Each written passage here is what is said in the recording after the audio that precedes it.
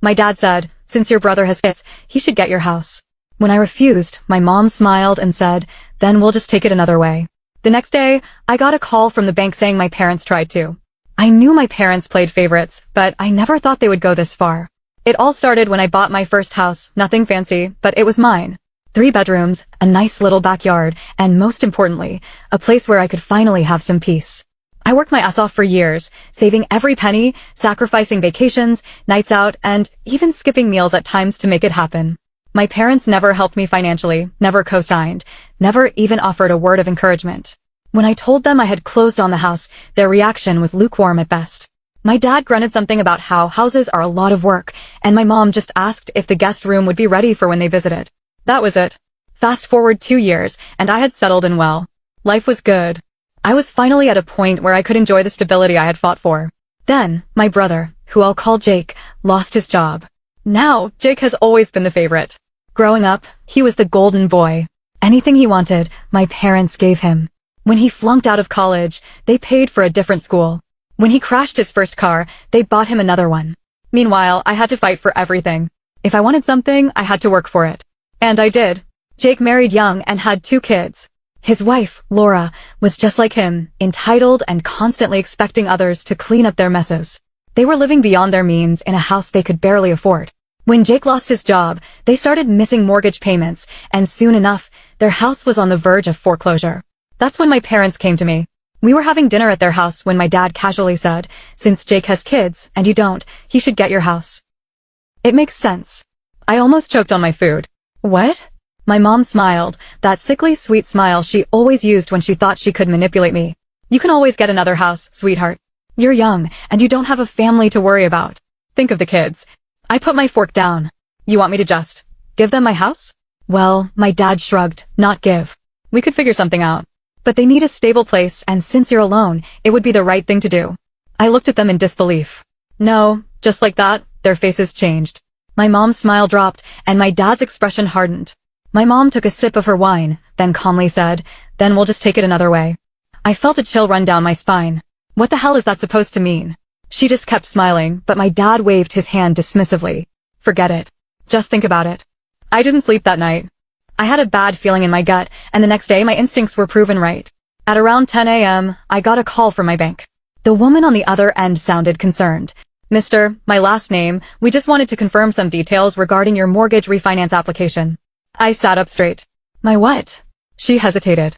We received a request this morning to refinance your mortgage.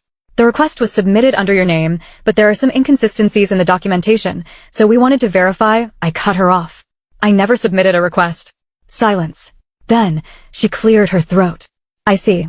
Well, someone did. I told her to put a hold on everything and immediately went to the bank in person.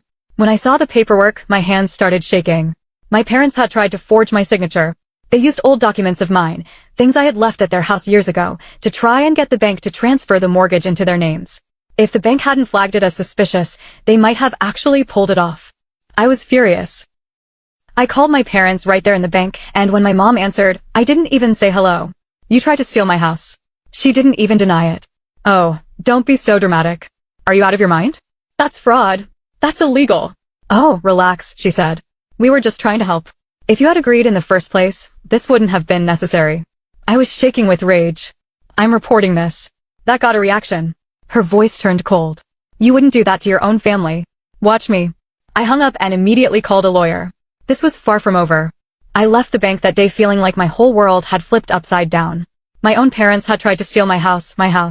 And the way my mom had acted, like it was no big deal, like I was the unreasonable one, it made my blood boil. I wasn't going to let this slide. I met with my lawyer the next morning. He was an older guy, no nonsense, and when I showed him the documents from the bank, his eyebrows shot up. This is serious, he said. They could go to jail for this. Good. I gave him everything, the fake paperwork, the bank's records, even a statement from the loan officer who flagged the fraud. My lawyer assured me we had a solid case, but I still felt sick. This was my family. I never thought I'd be in a position where I'd have to take legal action against my own parents. But they left me no choice. Later that night, my phone started blowing up. First, it was my mom. I ignored her. Then my dad. Then my brother. I finally answered when my dad called for the 3rd time. What the hell are you doing? He barked. No hello, no pretense. What am I doing? You tried to steal my house. He scoffed. That's a strong word. It's the right word. He exhaled sharply. Listen, this doesn't have to go any further. You can drop all this legal nonsense and we'll forget it ever happened. I laughed bitterly. Forget it ever happened? You really think I'm just going to walk away from this? You're overreacting, he snapped. We're your family. Family helps each other. I clenched my jaw. Family doesn't commit fraud. He went quiet for a moment, then his tone turned threatening. If you take this to court, don't expect us to stand by you. You'll be cutting ties with this family forever. I had to take a deep breath to calm myself. Then I said, I think you already did that when you tried to steal from me. And I hung up. The next attack I thought that was the end of it. That they'd realize they'd messed up and back off. But I should have known better. The next morning, I woke up to find my house egged. Not just a few splatters, my entire front door, garage, and even my car were covered in yolk and shells. I knew exactly who had done it. I checked my security cameras, and sure enough, there they were. Jake and his wife. Smirking, laughing, with my mom standing right beside them watching. I stood there, shaking with rage. This wasn't just petty revenge, this was war. I called the police, filed a report, and saved the footage. The officers were sympathetic, but told me there wasn't much they could do. At most, it's vandalism, one of them said. But with security footage, you could take them to small claims court. I told them I'd think about it. Then, not even 2 hours later, the power in my house went out. I checked the breakers, nothing was tripped. Confused, I went outside and saw something that made my stomach drop. The lock on my electrical panel had been cut. The switch had been flipped off manually. I called the electric company and they confirmed someone had tampered with it. And I knew exactly who had done it. My parents had escalated. They weren't just trying to pressure me into giving up the house anymore. They were trying to make my life hell. And I had had enough. The lawyer's bombshell, I drove straight to my lawyer's office, fuming. I told him everything, the vandalism, the power sabotage, the threats. He listened carefully, nodding, then leaned back in his chair. Well, he said slowly, I was going to wait to tell you this, but now seems like a good time. I narrowed my eyes. Tell me what? He slid a folder across the desk. We pulled a background check on your parents. Standard procedure, since we're pursuing legal action. I flipped open the folder, and my heart stopped. Inside was a record. A criminal record. For fraud. What is this? My voice came out hoarse. Your parents have done this before, my lawyer said grimly. Your dad was arrested in the 90s for check fraud. And your mom? She was caught using someone else's identity to open credit cards. I stared at him, speechless. My whole life, I had seen my parents as strict, controlling, and unfair. But criminals? He continued, it was years ago. They got off with fines and probation. But given what they just tried to pull with your mortgage, that's a pattern. I felt like the ground had been ripped out from under me. This wasn't just about my house anymore. My parents were scammers. And they were trying to pull the biggest con of their lives on their own son. I clenched my fists. If they wanted a fight, they were about to get one. A hidden debt and a bigger plan. I sat in my lawyer's office, staring at the criminal records of my own parents. My mind was racing. This wasn't just about my house anymore. This was something deeper. I leaned forward. If they have this history, could they be in trouble again? Financially, I mean. My lawyer rubbed his chin. That's a good question. If they're desperate enough to try to steal your house, it wouldn't hurt to dig a little deeper. I agreed, and we started looking into public records. My lawyer called in a favor from a financial investigator he knew, and within 2 days, we had answers. And those answers made my stomach drop. My parents were drowning in debt. They had taken out multiple loans over the years. Home equity lines, personal loans, and even credit cards in other people's names. They had been playing a long, slow con, shifting money around, using new loans to pay off old ones, but it had all finally caught up to them. And then, I saw the worst part. My name was on one of their debts. What the hell is this? I muttered, staring at the document. It was an old loan, one I had never taken out, but my signature was on it. A cold realization washed over me. My parents had been using my identity. For years. The fake loan and the bigger betrayal. I called the bank that issued the loan and demanded answers. At first, they were hesitant to say anything, but once I mentioned fraud, they put me on hold. 15 minutes later, a manager picked up.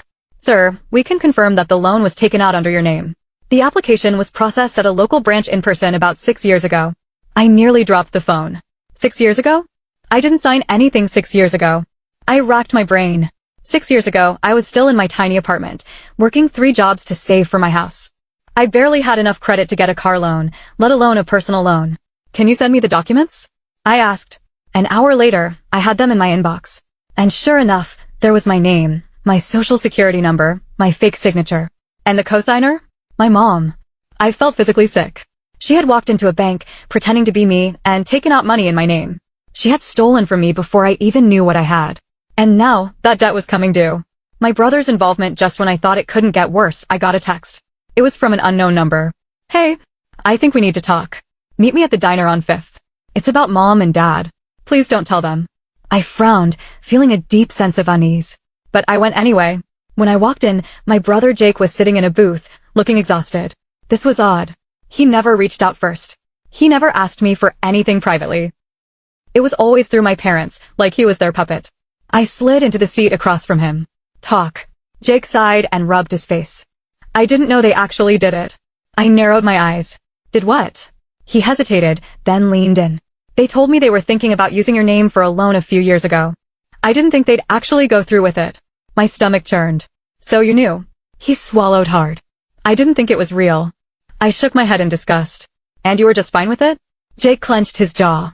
I didn't take any money from you. I laughed bitterly. No, but you had no problem trying to take my house. He looked down at the table. I didn't have a choice. I scoffed. Everyone has a choice, Jake. Then he looked up at me, and I saw something in his eyes I hadn't seen before. Fear. They're in deeper than you think, he muttered. I folded my arms. Explain. Jake exhaled slowly. Mom and dad owe money to some people. I frowned. What people? He hesitated. Loan sharks. The real reason they wanted my house, everything clicked into place. They weren't just trying to take my house because they wanted to help Jake. They needed my house because they were running out of time. I gritted my teeth. How much do they owe? Jake hesitated. A lot. Over 100 grand at least. Maybe more. I don't know all the details, but I know they took out loans from people who don't like waiting to be paid back. I leaned back, heart pounding. My own parents had put themselves into so much debt that they were willing to steal from their own son to fix it. And now, if they didn't come up with the money, they were in real danger. Jake looked me dead in the eyes. They're running out of options. That's why they tried to forge your refinance. That's why they're pushing so hard. I sat there, gripping the edge of the table. I had a choice to make. I could go forward with legal action, expose them for the frauds they were, and watch them crash and burn. Or, I could use this information against them. The next move, I pulled out my phone, scrolled to my call history, and tapped on the number for my lawyer. Jake's eyes widened. Wait, what are you doing? I gave him a dark smile. I'm about to turn this whole thing around. And this time, they wouldn't see it coming. The confrontation, a family meeting like no other. I sat in my car outside my parents' house, my mind racing. This was it. I had told my lawyer everything. The fraud, the fake loan, the vandalism, the loan sharks. And with his advice, I had set a trap. I was going to confront my parents, but not alone. As I stepped out of the car, I glanced at my phone. A text from my lawyer popped up. We're ready. Just say the word. I took a deep breath and knocked on the door. My mom answered, wearing her usual fake, sugary smile. Oh, sweetheart. Have you finally come to your senses? I pushed past her into the living room, where my dad and brother were already waiting. Jake looked uneasy, shifting in his seat. My dad, on the other hand, leaned back like he owned the place, arms crossed, staring at me like I was an annoyance. You have a lot of nerve showing up here, my dad said. I laughed bitterly. I have nerve? You tried to steal my house. You forged my name on a loan. And you've been lying to me my entire life. Mom's smile didn't even falter. You're being dramatic again, honey.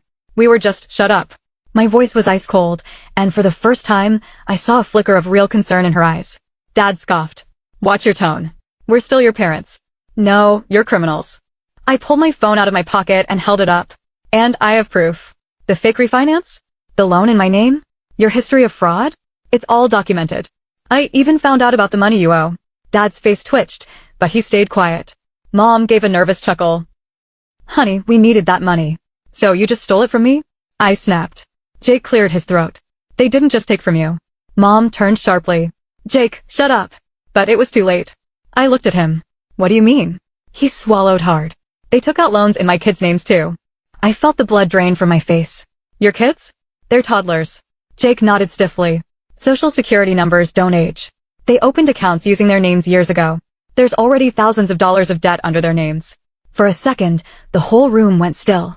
Then I turned back to my parents. You stole from your own grandchildren? Mom's fake smile was gone. She looked at me with cold calculation. We did what we had to do. Dad finally spoke up, his voice flat. We'll pay it back. With what? I barked. You owe loan sharks over 100 grand. You have no assets left. Your house is barely worth anything after you remortgaged it to hell. You were drowning. Dad clenched his jaw, but he had no response. I took a slow breath. Do you even care? About me? About Jake? About his kids?